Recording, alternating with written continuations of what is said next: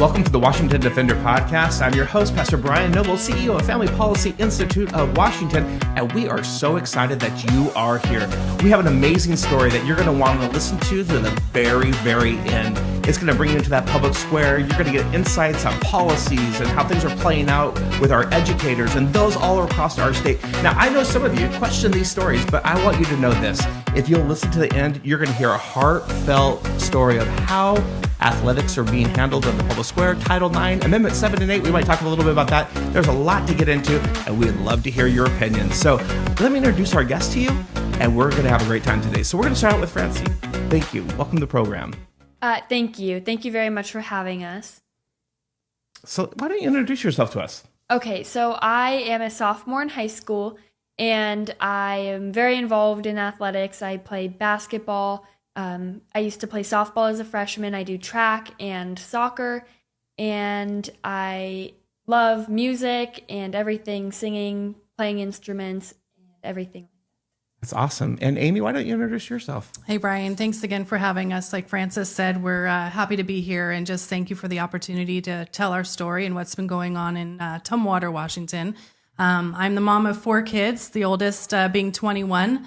And then I have a 19-year-old and Francis, who is 15, and then a 13-year-old son.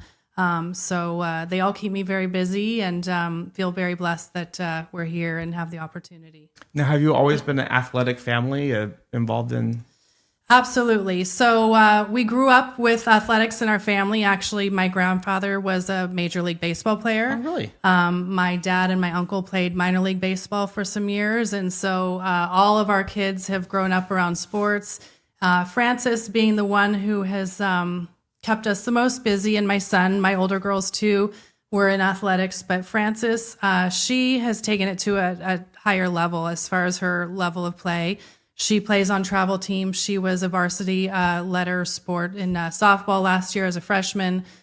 She plays soccer, like she said. She's running track this year. She has a goal that she wants to letter in about 4 sports in her high school career, which she's on track to do. So wow. Sports definitely keep us very busy. My son is also on a travel baseball team. So yes, you would say it was in our blood. Yeah, that's great. I kind of come from a band geek family, but I understand. I understand the competition. We had jazz bands and those kind of things, but so that's great. So this is not something new for you as far as being involved in athletics and locker rooms and all the things that take place with that. And so, tell me why you love sports.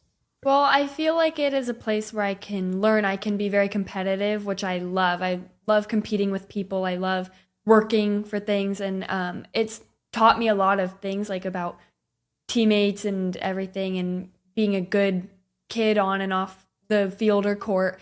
And I like being able to have a place where I can be myself and compete, and have that space where I can get better at things. Is there one sport you like a little bit more than others? Is there? Well, it has always kind of been softball for me. That has been my main sport. But I am really starting to grow to like all the other sports as well. I like a variety of all of them. I feel like it keeps me busy and not too focused towards one thing. Yeah. I was in track for a while in 6th grade. I actually got blown off the field because I was only like 60 pounds. Oh my goodness. Yeah, it was an amazing thing. Anyways, I got disqualified even though I finished last. So that's like an insult to injury, right? Right. So okay, so you're loving sports, and you're just like, do you like hanging out with your teammates, or what's some of the things you enjoy doing? I love hanging out with them. I have a very good group of friends, like some close friends who I consider some of my best friends in that team. And yeah, I love just going to practice and going to games and working on my own with my brother, or my mom and dad and sisters and everything. I love putting in the work. Now, how are you doing academically as well? Good. I try my best in all my classes, and I'm taking advanced classes at AP World, accelerated biology, and all of those things. So let me hear this. So you have your education system going off the charts with advanced classes. You're also involved, it seems like, with every season of sports, if I'm listening to you correctly. You probably do one sport per season, basically? Yes, is that what and it is? And I also am on a travel softball team. So wow. I have that as well. You're impressive. I have 4 sons, and so 3 of them aren't married. No, I'm just kidding. I'm kidding. Yeah. That is amazing. That is so exciting. And so when you guys have been involved with sports, tell us about like it's probably been like 20 years of you doing this. It has been. Yeah. So early on, our oldest, who's now 21, like I said, she was involved in athletics through school primarily. And then Frances, like she said, she, as a freshman, started off and started playing varsity softball when she was just 14 years old, made the varsity team. And she does a sport a season, just like you said. So she's incredibly busy. She also does the travel softball. And she's not one to brag about herself, but she is an excellent student. She's gonna play it down. She's not braggadocious, I should say, Right. But she is an excellent student. And she's the type of kid that teachers have given her awards for respectfulness. She's a friend to kids who don't always have friends in their corner, and she's one that stands up for other kids if they need someone to be a friend. So, it's been a long ride as far as sports. We've been through lots of different teams, lots of different, anywhere from rec ball up to travel ball, and like I say now, high school ball. So it's been a long go, but I have three brothers, and they were all athletes. And like I mentioned earlier, come from a family with sports in our background. So I've been around sports my whole life, up to the professional level with like I said, my grandfather. And so I've had a taste of that and kind of know what's involved in that, and know what it takes as a parent to balance kids in sports, because academics always come first with us. It's most important that all of our kids always put their academics first.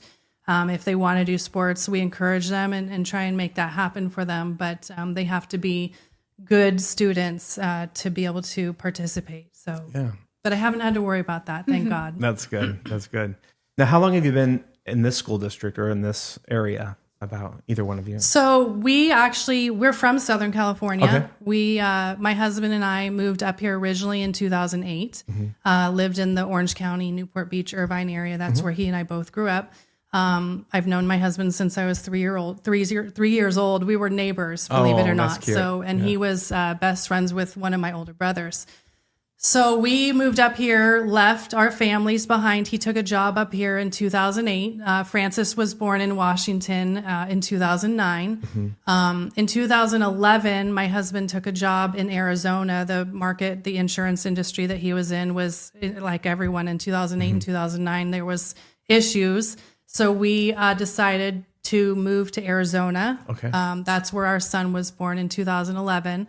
And we lived in Arizona for almost 5 years. And then we moved back to Washington in 2016. During that time, our older two children through preschool and then kindergarten and first grade went to a private school here in Olympia.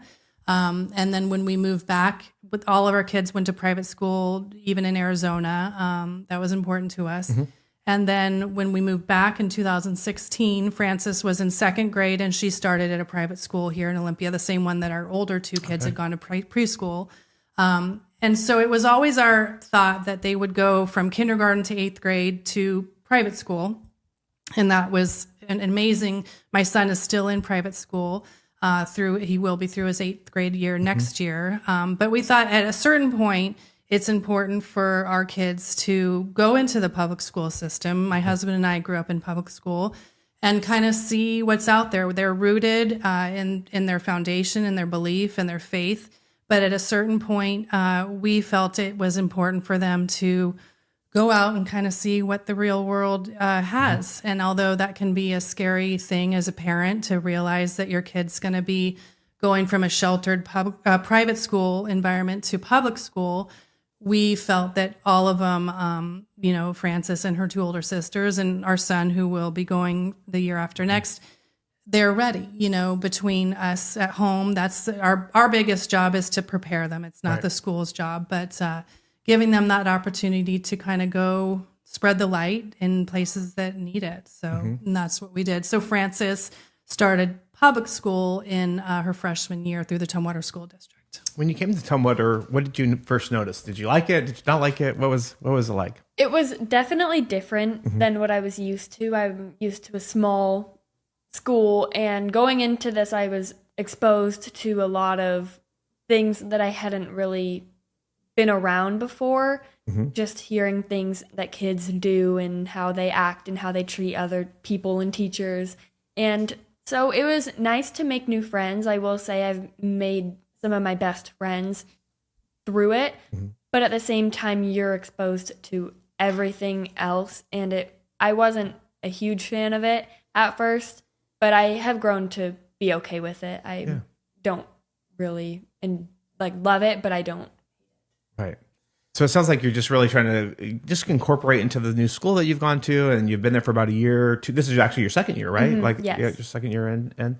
And so when we come back from the break, we're going to talk about, was it in basketball or what? Yes, so basketball. Some basketball events that took place. And we want you just to take time just to listen to that and really see what Francis's heart is. Something fell. That's okay. And we will be right back after this break. You love our beautiful state, but does fighting for issues that most affect families ever feel like you're climbing alone? It can feel like an uphill climb in a hostile environment that champions causes detrimental to Washington families. Again and again, the summit feels out of reach, but you don't have to climb alone. With like-minded people fighting for Washington families by your side, the journey becomes not just possible, but powerful.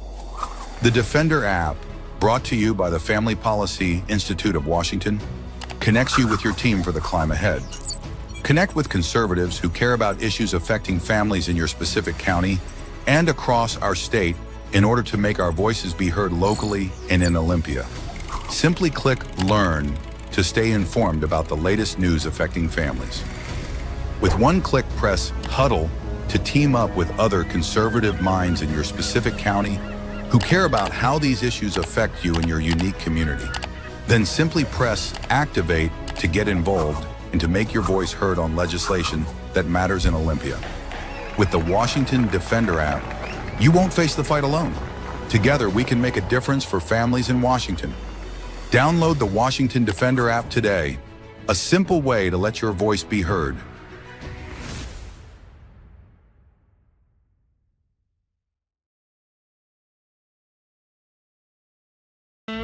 Well, welcome back from our break. I'm Pastor Brian Noble, your host of the Washington Defender podcast. I'm here with Francis and Amy, and we are talking about her experience in the Tumwater School District. And so welcome back as we get back into this. So let's pick up where you are. So you're in basketball. Was this year or when Yes. was it? Mm-hmm. So, It was in February, and it was my last basketball game of the season. And yes, I played last year and this year I was on the JV varsity. okay, good. So let's start with the beginning of this basketball season. So you're in basketball, you're doing your warm-ups, you're doing all those kind of things. What position did you usually play in basketball typically? Usually I'm like a wing. Okay, yeah. I can go wherever though. I enjoy playing anywhere. That's good. And so everything's going just great. You're having fun. You're growing on the team. What else? I had been playing. I was a team captain for the JV team, and I have been a team captain last year as well. So I've been playing for a little bit of time, but yes. Okay. What was were the coaches, were they talking to you about the dilemma that you ran into, or no, not at all? I did not hear anything about it until the day that it did happen, when I saw my mom and the varsity head coach talking, and I looked over, and usually my parents are never one to be talking to the coaches right before a game or really at all. They've stayed out of everything, and with everything going on, they are not very right in the coach's face about anything. But so I knew something was wrong. And I looked over, and my mom was like, there's a boy on the other team. And there was. And right then I said, I'm not playing 1 minute of the game. Had you thought about that scenario before, or how did you come to that so quickly in the middle of the game? So the previous season, as my freshman year, I walked into the locker room after a game, and the same boy was in that locker room from the opposing team. And it made me very uncomfortable. I walked out to the point where I was in tears over it. And I went and told my parents. I said, there was a boy in the locker room. And I was very upset. And we talked as a family saying, if there is a boy, I said, if there's a boy and I ever have to play against a boy, I will not be playing. It goes against everything that I believe in and my right as a female athlete. Yeah, yeah. So like a year before, you had encountered this young man, and he was in the locker room, and so you kind of, so this is you thought about this. I mean, this is not just something like you arbitrarily just made up a decision. You've thought through this for a period of time, and so tell me about that day. You see him obviously on the bench, probably on the other side or what have you. Well, I saw the other team warming up, and I have to get taped before the game and everything because of a previous injury to my ankle. And I took off my tape. I went and sat on the bench. I got asked by my coach if I'm okay. I said, there's a boy on the other team. I'm not going to be playing. And it was a hard thing to have to do because it is my last game of the season. And it is something that I should not have to ever worry about as a female athlete, that we should have our rights protected. And they clearly were not from the whole entire school. They did not care. But I went and sat on the bench. I was very quiet. I didn't cause an issue then until a later scenario. Right. And so then it sounds like you were talking to the coach about the situation as well. Yeah. So when my husband and I and my son walked into the game to watch Francis, like she said, they were warming up. And I noticed we went up to the top of the bleachers where we usually sit at the very top. And as soon as we took our seats, I was watching the warm-ups and I noticed there was this boy on the team. And I was not happy. So I went down and like Francis said, my husband and I are not the kind of parents that ever get in the coach's ear. We're not, if our kids want something, we have told them from a very young age, you're going to have to go work for it. We're not going to create a spot or be the, fundraising mom or dad. They're going to work for it. And so like Francis said, when she saw me talking to the coach, I've never done that before. And I went down and I said to the varsity coach, I said, there's a guy on this team and that's not okay. And he said, I hear what you're saying. I need you to go talk to the athletic director. And I said, okay. And the athletic director was standing up at the other side of the gym. So I walked up to the other side of the gym and I introduced myself. I had never met him before. And I said, can you tell me if that's a guy on their team? And he said, I'm not going to say that. That would be sexual discrimination and gender, I said, so can you tell me if it's a boy? And he said, I'm not going to say that. I said, well, I know it's a boy. And I said, that's not right. I said, just yesterday, this was February 6th that this happened.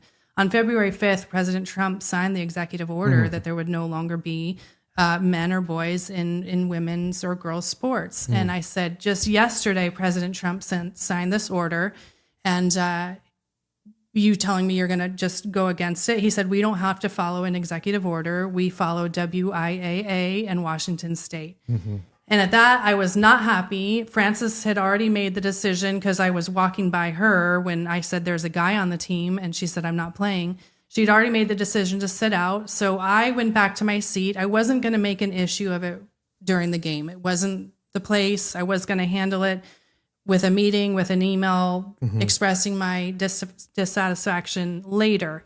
But I was talking to some parents and I was texting with a friend of mine who I respect her just opinion on the matter. And she said, get some video of this. We need to get this on video. So I asked my son at the time, who's 13, with my phone to go down to the front row. And I said, Jack, go get some video of this. I want the athletic director. The principal was there. So the administrators of the school were at this JV game, which was also suspicious. And I'll get into that in a little bit. But I told Jack to go down and get some video. Well, at that, school employee got in his face within inches and told him he better think twice about what he's doing when he was filming this game. And he said it twice to Jack. And and I didn't know at the time because I was sitting up top of the bleachers. My son came up to us and said, Mom, this guy who works at the school just got in my face and said, I better think twice. He threatened me. I said, what? And he said, yeah. He said, you better think. He got right in front of the camera and said, you better think twice about what you're doing right now.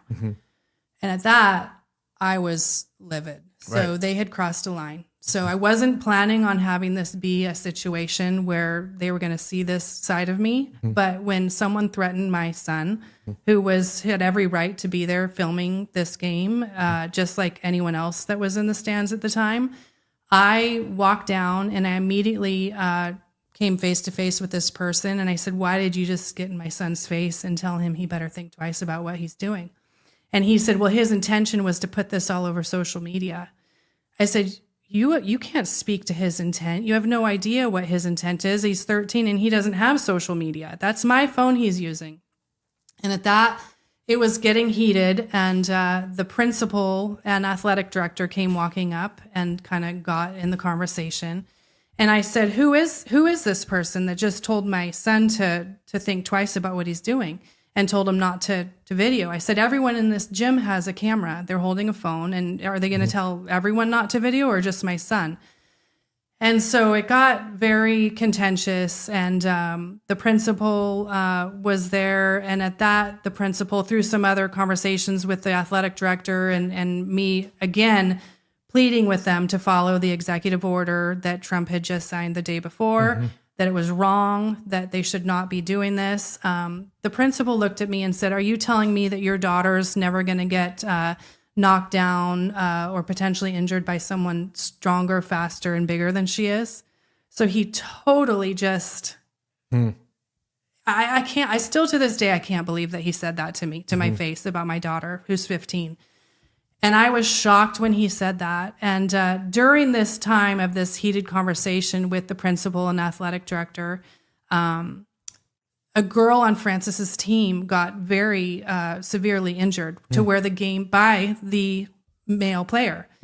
He knocked her over to the point where the game had to be stopped. Not only like a timeout, but the game had to be stopped. The person's mom, the girl's mom, had to come down on the court and take her off the court. Her arm was hurt so bad. And I'll kind of turn it over to Francis and let her tell, because that's when Francis got very upset visibly. She had been quiet this whole time. She was sitting there quietly on the bench. She wasn't making an issue. But at that, seeing her teammate get injured, hearing me, going back and forth with the athletic director, with the school principal, and then this other person who they wouldn't tell me. I asked them, this person, I said, what's his capacity? Why is he telling my son, that he better think twice about what he's doing? They wouldn't tell me what job he was in at the moment. And I asked many times, I said, what's his title? And they would not tell me. So they were trying to cover it up. And then when this girl on Francis's team got hurt, Francis became very upset. And she just was saying how wrong this is. This needs to stop. And the principal was talking to you, Francis, and you can kind of go from there. So you're sitting on the bench, you're sitting out in the game, and your friend gets hurt on your team. Get up from there. What happens? Well, as my mom said, I was very quiet the whole time. I didn't make a big scene about it. I was very upset, but I didn't create an issue. I knew that it was going to be handled at another time. And I was very mad because with everything that I've gone to all the practices, I've put in the work, I've been a good kid, I say thank you to my coaches and everything. I'm very respectful. I work hard to do well.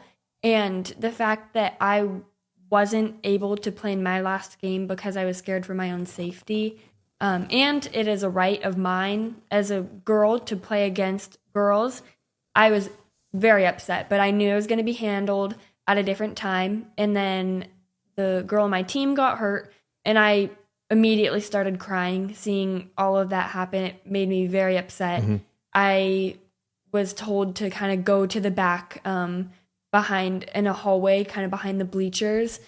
I believe it was so that they didn't want me to cause a scene, but I know that there would not have been a scene if we would have been informed about this beforehand. If I would have known about it, me and my family could have handled it way differently. And I felt very put on the spot by everyone and put out there, exposed by the whole entire school. And I was pushed away to the back, crying, very upset, saying, why are you letting this happen? And I was asking my principal, said, why are you allowing this to go on? Like, I'm a female athlete and I should be able to play against girls, and you're not protecting any of the girls on my team. You're not caring about us. And why are you not being here for us with everything that we've been told is, oh, we are here for you and you can go to us if you have an issue. But when I do have an issue and I go to them, there was nothing done about it. Yeah. I'd like to say, too, with Frances saying that they could have given her an opportunity to talk about this as a family privately. The reason we say that is because in my discussions with the principal, Zach Suderman, he said that they had had a meeting, himself, the athletic director, and the superintendent. They knew this was coming. They knew this boy was on this team, and they met about it ahead of this game. And so, just for clarity, the staff did. Our Tumwater School staff knew that this boy from Shelton was going to be coming to Tumwater Gym to play our JV girls. Right. And they said they had a meeting about it. If they had this meeting, they should have sent an email to the families or called a meeting and said, look, we realize this is a sensitive subject. And maybe not everyone's going to agree, and we know that some people are going to disagree. But we're giving you the opportunity as a family to sit down with your daughters and make a private decision. Rather than doing that, they put a 15-year-old girl on the spot in the moment of all this chaos to make a decision that, quite honestly, Brian, most adults aren't brave enough to make it. And to put themselves on the line and say, no, I'm not going to play against a boy. I'm not going to play against a man. Which, come to find out, this person's 18 years old. He's a man.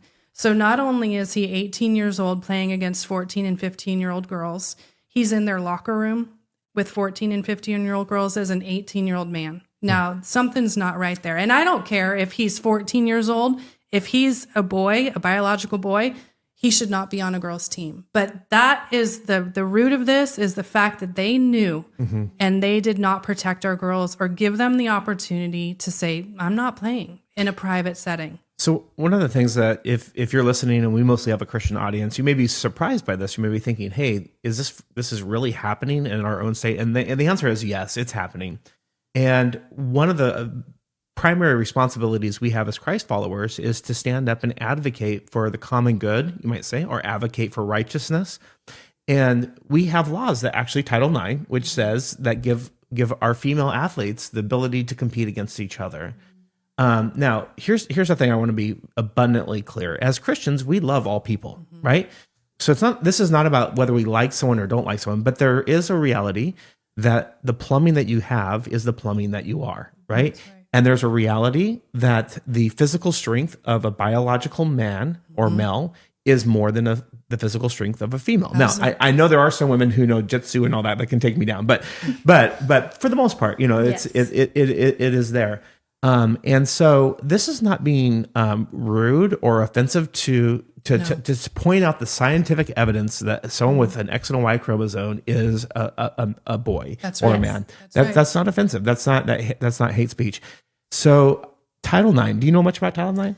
I didn't know much about Title IX until about February of this year. I had heard about it, obviously, growing up. I was born in the 70s and Title IX was established in the 70s, but I had 3 brothers. So Title IX wasn't really an issue for our family as far as it being, and never had I had an issue with this until Frances and this year. So. Right. And you've been a high athletic family, so you've been involved in these things. But really, Title IX says that there needs to be an opportunity for everyone to participate, and so so that there's women's sports, so that there's what's the word I'm looking for? There's a plumb line or a even playing field for them to play. Now, this young man, and somebody may be like, why do you keep calling him? He's a trans woman. No, he's not. No. Trans women are men. That's just how it is. That's right. And that's just a fact. Right. That's not hate speech.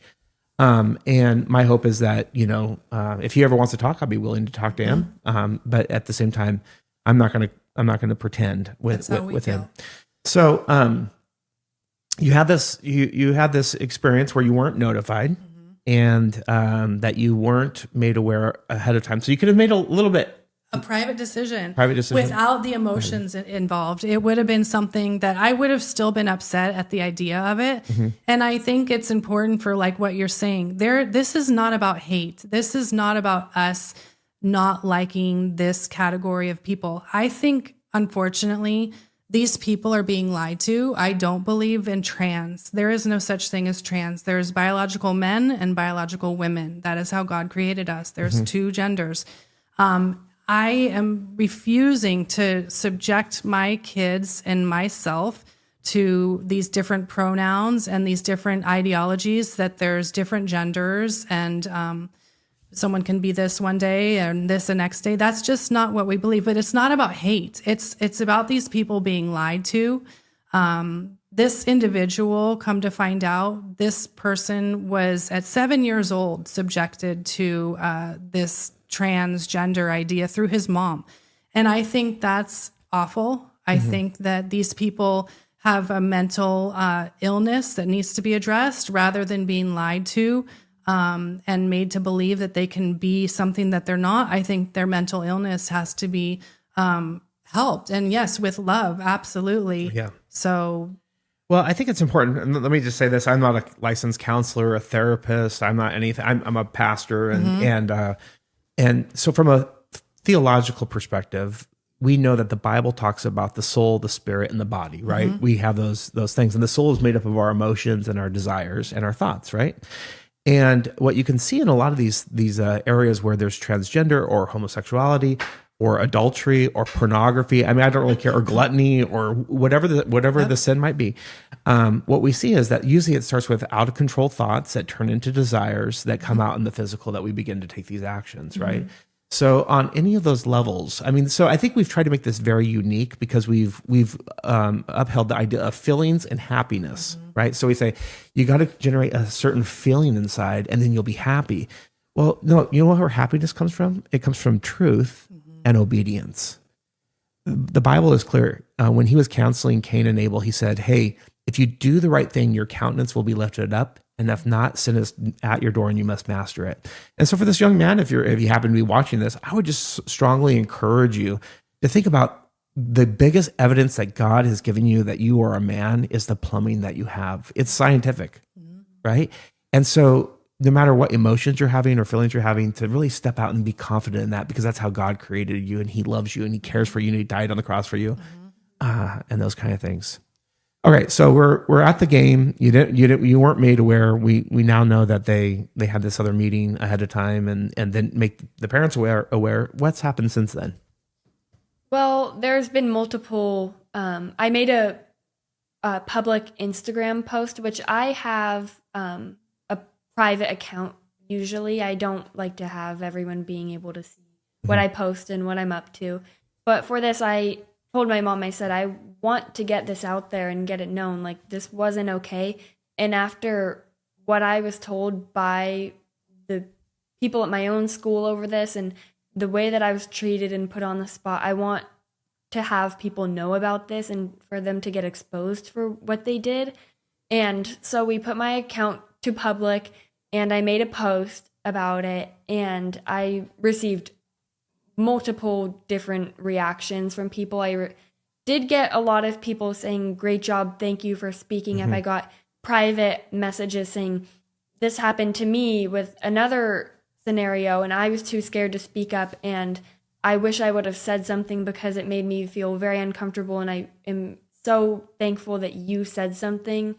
And as well as I got a lot of people saying, for someone who claims to be Christian and who has a Bible verse in her bio, that you're not being anywhere near biblical with what you're saying. And I believe that's false. I believe God, as you said, created man and woman, and that is the way it has been and will always be.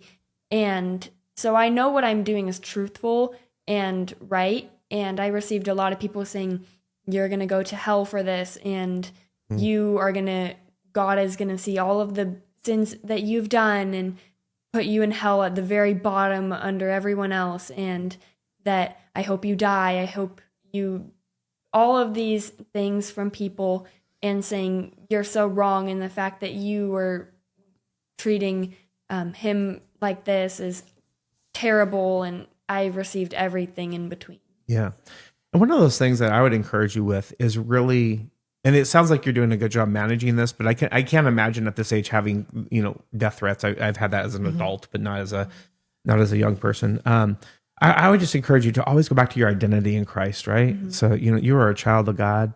You have been bought with a price. You are brand new. And remember that. And this is what I want to say to those who are listening, where sometimes they think, really making this person feel accepted and whole is more the priority. And I would just say this to you. If we truly believe that there is a God, right? And that God has some form of standards, if he has some standards and he's going to judge us according to those standards, then it's actually unloving to participate in a lie. 100%. So I was interviewed with the New York Times or I can't remember if it was New York Times or a different one. But anyways, just recently. And I said, no, it's actually love to tell people the truth if you believe in the judgment of God. That's right. And that's not a threat to that person. It's absolute truth. It's the reality that whoever this young man is, that we love him enough to say, no, this is not true. And you know what? I was a drunk. I was a drunk from 12 to 19. And I'm so glad someone said, you know what? Drunks don't make it to heaven. If I didn't, I would still be living in that lifestyle of addiction. So I don't think that we look at these things without sensitivity.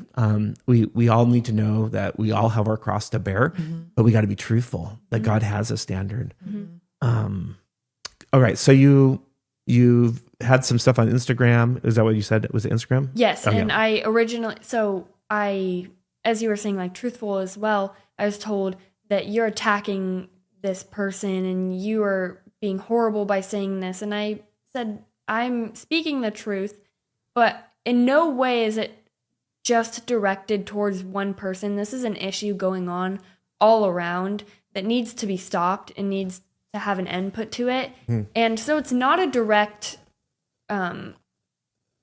me having a direct feeling towards this one specific thing. It's something that I believe I was put in this situation, and it's helped me to be able to go and speak out against everything that is going on in this range instead of just the one issue. Yeah, exactly. And so I love how you're articulating that, because you're really laying out that groundwork like, hey, this is actually the issue, not the person. That's right. And that you're separating those things. And I think that's incredibly important, even with the administrators, right? Like, we all make leadership errors and we all could have, but how do we separate? Like, here's the issue. You didn't communicate, right? That's the issue. And how can we improve on that for the future? Well, so go ahead. And I think what's important is after Frances put this Instagram post out with our permission, like she said, she put her account to public, and we knew that she was going to be, taking a risk as far as people disagreeing. The very next day, the school emailed me, the principal, asking her to take the post down. And so, which we did not. We decided later that evening that the hate and the threats that were coming were overshadowing the issue. And so we did have Frances take the post down. We had threats of people coming to our house. This person's father was calling and threatening to come to our house. And it just became totally chaotic in the sense that the issue was being overshadowed by the hate. So they did ask her to take the post down. And then what happened after this is that Frances, and I think it's important to mention that when she was leaving the game, when she was upset, crying, as she was walking by this player, she was so mad.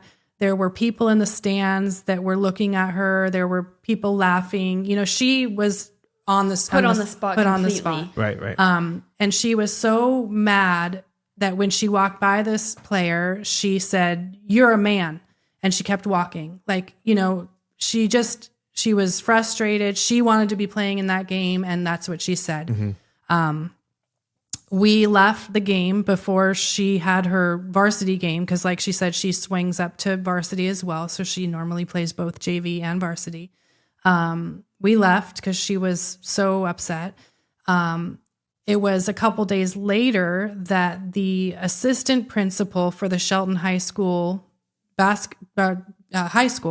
she was there watching the basketball game. She filed a HIB complaint against Francis, which is harassment, intimidation, and bullying, for misgendering this person and saying you're a man.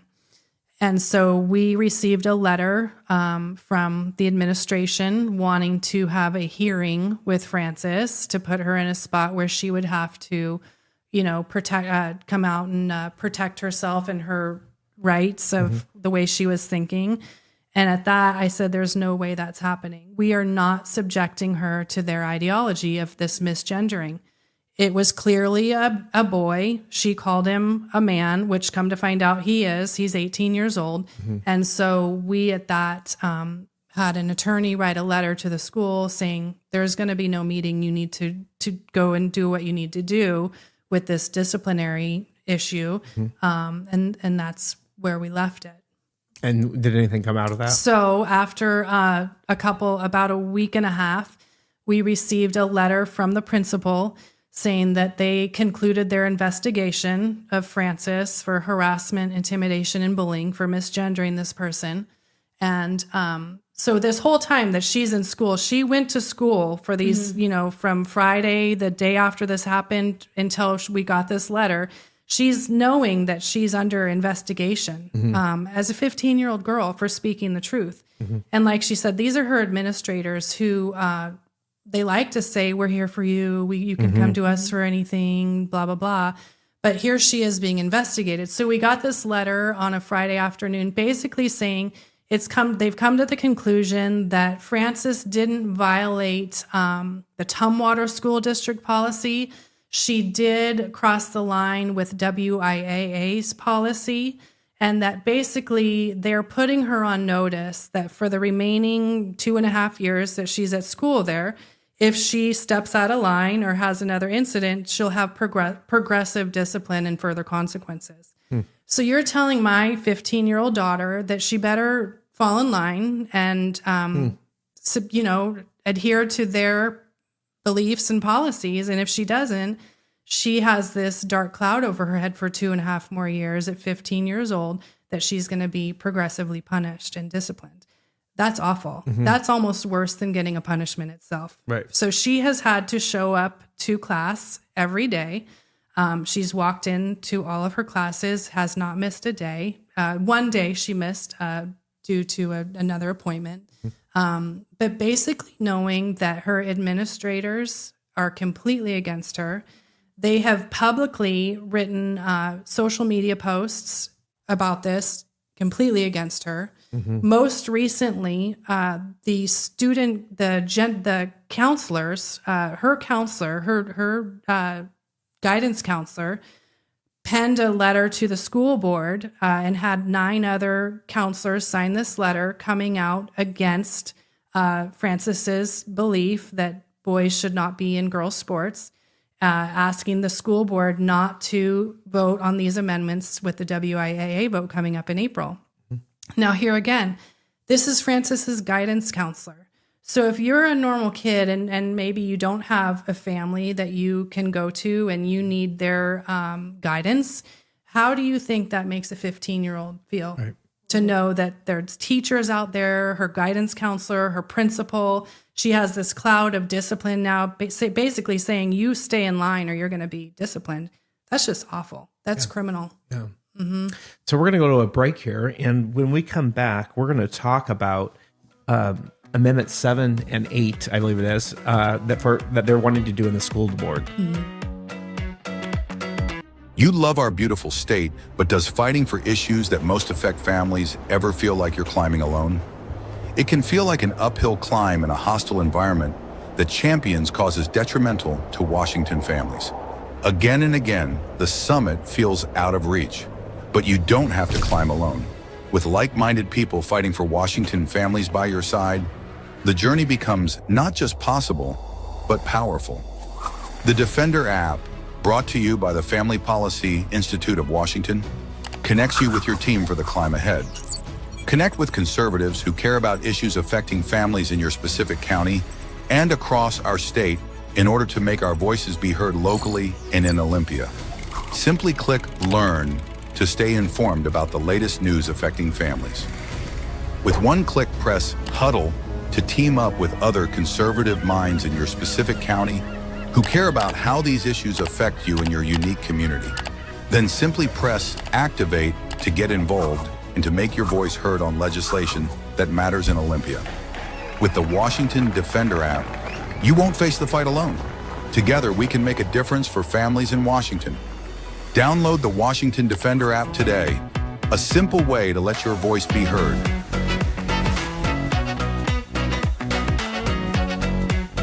Well, welcome back. I'm your host, Pastor Brian Noble, CEO of Family Policy Institute of Washington, and this is our Washington Defender podcast. And we are talking to Francis and Amy about a basketball game that had a man playing in a girl's sport. And so we are here and looking at this, and you would think this would be protected by Title IX. We found out that the administrators, they knew about this young man playing. Didn't inform any of the family. They just let them find that out when they showed up, I guess. And then Francis had to make an instant decision of whether to play or not to play. And so some of you may be like, what's the big deal? It's, it's 14-year-olds playing against 18-year-olds. Let me tell you something. When there's something called puberty, where you become much larger, stronger, faster, men are just built differently, created by God with different bodies. And with what we call testosterone, that's a lot more than women have testosterone in their bodies. And so they have a physical advantage, and it can be dangerous for people. But not only that, the person that gets disciplined is the person who told the truth, right? So misgendering was called out, and when you really didn't misgender, you gendered accurately. So really, these administrators should be put under discipline for misgendering a man. Absolutely. The plumbing that kid has, he's a man. That's right. And I've actually saw an interview, and he testifies that he has that plumbing. That's right. So this is what we're hearing. And now some of you are like, is this really, really happening? And the answer is yes, it is happening. And it's happening here in Washington State. And you say, why is this happening?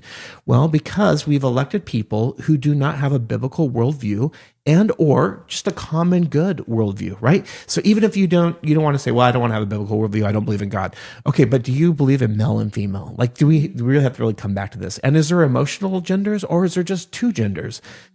Science says, this is out. I know you're going to be shocked. There's only two genders, male and female, XX, XY. That's it. There's no emotional genders. If otherwise, we could become whatever we want to be.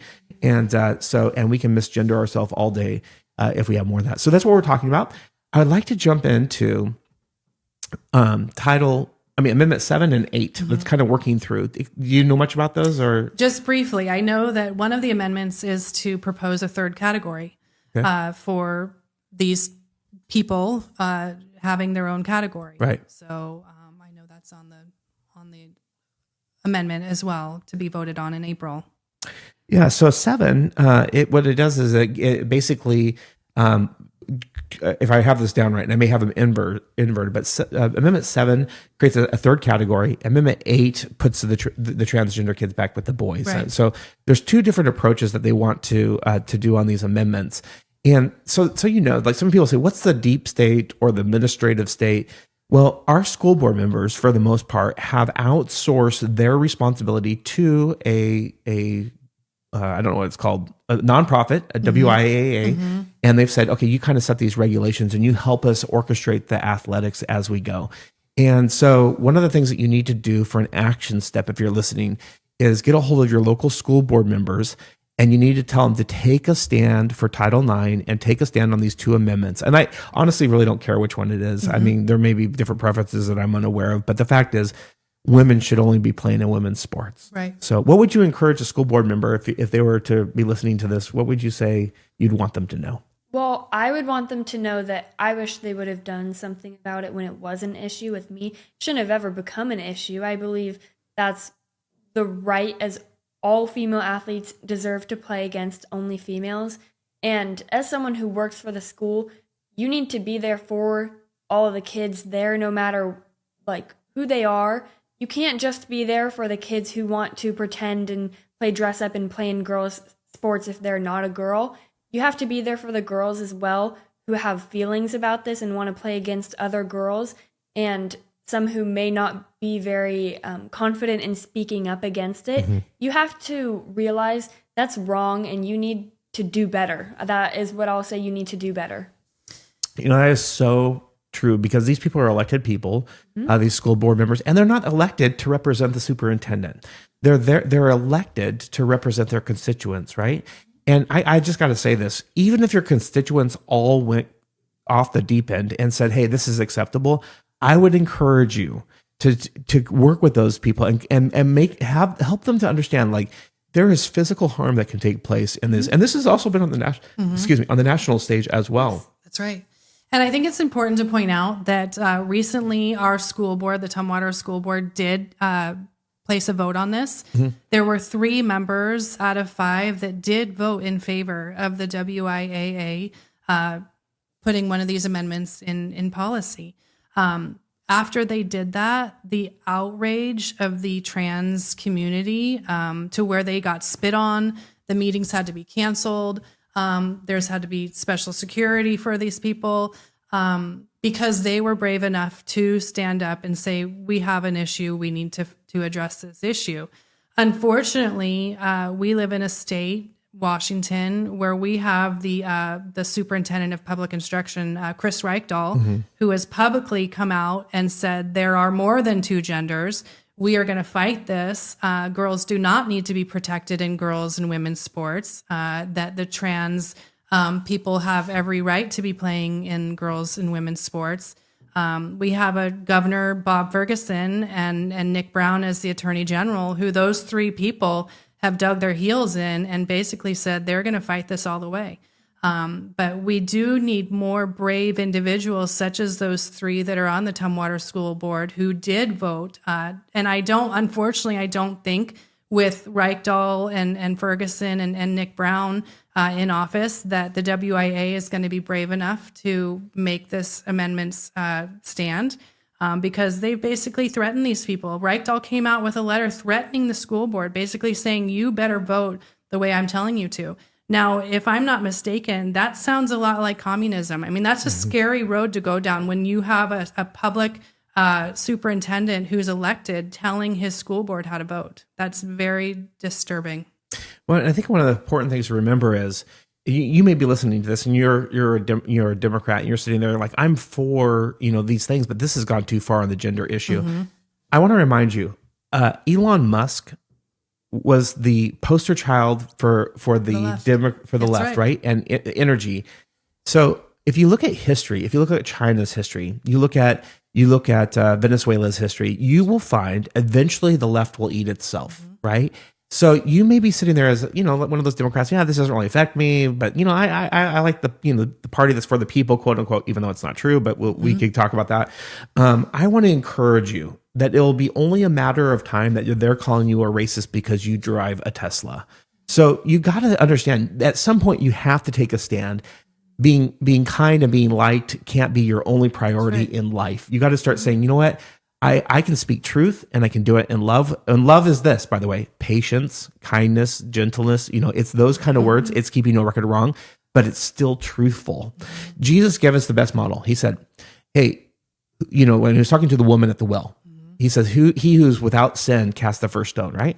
And he goes, where's your husband's? Where's this? And he goes through this whole thing. And then he says, now go and sin no more. He tells the truth. He says it's a sin. And so there's a way to do it that we understand that we all go through hard things, but we got to call a spade, a heart, and move forward. And I think it's important to say this, going back to a point you made earlier, this is a common sense issue. Now, our family does have a deep faith, and we are believers in Jesus Christ as our Savior, and that is what we believe to be truth. But you don't have to look at this as a religious or a political issue. Right. This is a common sense issue where I would say there's over 80% of our country feels that this is just a right and wrong, that girls should be protected. You don't have to. Now, I would love if people come to Jesus and find their faith through something like this. That would be incredible. But you don't have to be a believer to be able to look at this issue and say, this is not right for our girls. That's right.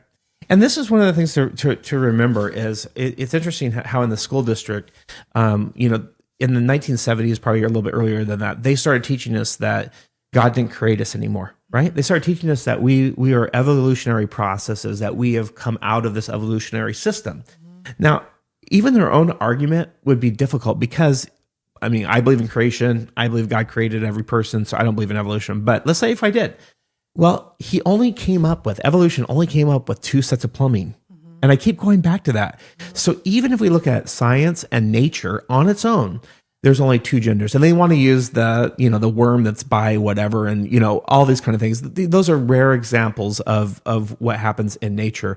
But the fact is that we have been pre-programming our students for a long time that there's no longer a God, there's no longer a creator, and he doesn't have control over our lives. And now we're at the outcome or the byproduct of those things. Right. And so, if you're a Democrat, I just will let you know, go do some digging in on world history, and you will find eventually they will turn on their own people.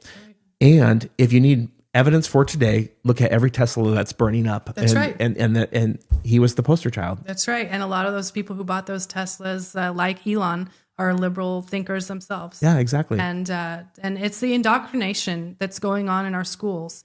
It's the messaging, the flags that are being hung in the classrooms. It's the, anything goes. And they're not focusing on the subjects that should be being taught. Right. Our Washington State, test scores have been lower than any time in the history of our state. I think we're 47th. It's awful. On the bottom. It is awful. If I remember the number right. So rather than focusing on putting these, transgender and fetish flags in the classroom, why not focus on putting one flag in the classroom, the American flag, and focusing on what's important, which is the subjects, history, math, science, English, that sort of thing. So it's very obvious that the indoctrination is happening. And it's easy to just go along and put your kids through the public school like we have and see this going on. And it's like the frog in the boiling water. It's like, how hot is the water going to get before the frog just dies rather than jump out? And that's what we as parents, we need. It is scary. We've received death threats. We've received threats of people coming to our house. We've had to put cameras up. We've had to take special security precautions.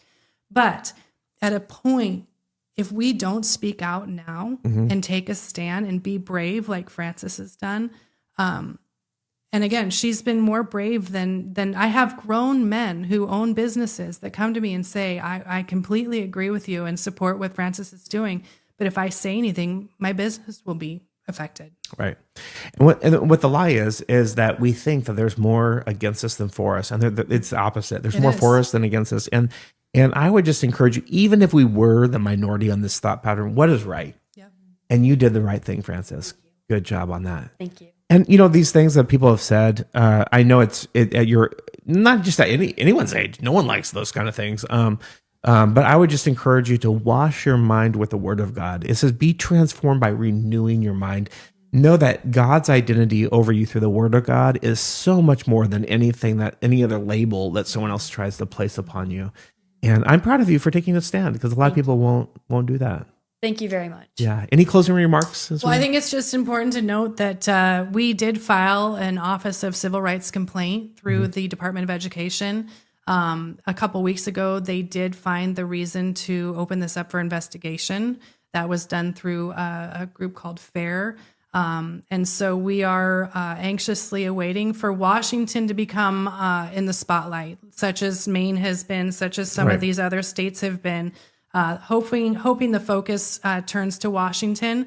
We're hoping that this investigation is the first step of getting this issue resolved to where our girls and our potential grandchildren and generations from now don't ever have to worry about this again. Any closing remarks for you? Well, I agree completely with what she said. I think that it is so important to put an end to it. I don't think it should have ever been an issue to begin with, but unfortunately it is. And I think that people need to be encouraged to speak up and take a stand against this instead of hiding back behind the door and watching someone else take a stand. Be the one to make a difference. I think that is so important because Absolutely. everyone is very scared too. And you are going to get backlash on whatever you do, no matter what you believe. You're going to have people who disagree, but it is important. We have a right to speak up. And I think it is God's intention for us to speak the truth and show him through the things that we say. And I think that is important. Yeah, and I love those closing remarks because I think what you're saying is, could you imagine if every athletics team, the girls said, no, we're not playing. No, we're not playing. The whole team.